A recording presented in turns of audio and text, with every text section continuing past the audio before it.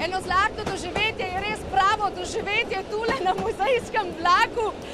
To mi lahko verjamete, igralci se pogovarjajo seveda z oboževalci, igralci mi tudi tule pomagajo z frizuro in tako naprej, skratka zabavamo se še malo, pa bomo prišli do Vile Vipavže, do osrednjega dogodka, kjer vam bodo ustvarjalci tudi nekaj pomembnega zaupali.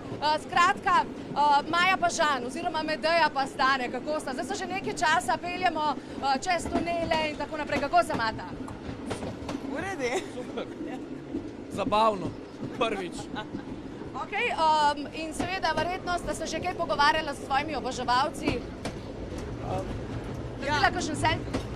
Ne, sprašujejo, kje imamo otroka. Ok. No, kje je naš otrok? Pa je, da ga je socialna nam ga vzela. In če bo četrta sezona morda, kaj si želite za vajina lika? Ja, punčko, ne? Ščerko, pa jaz si želim za svoj lik, da bi bil še naprej nežen in ljubeč oče in mož. Verjetno se na snemanjih seveda marsikaj dogaja, tudi kakšne smešnice, anekdote, se kaj motita vmes? Ogromno. Ja. In se seveda temu nasmejete? Mi se ne smejemo. Včasih tudi ne. Veš kaj, daj se nasme... Veš kaj, glavni povod smeha je Ranko Babič.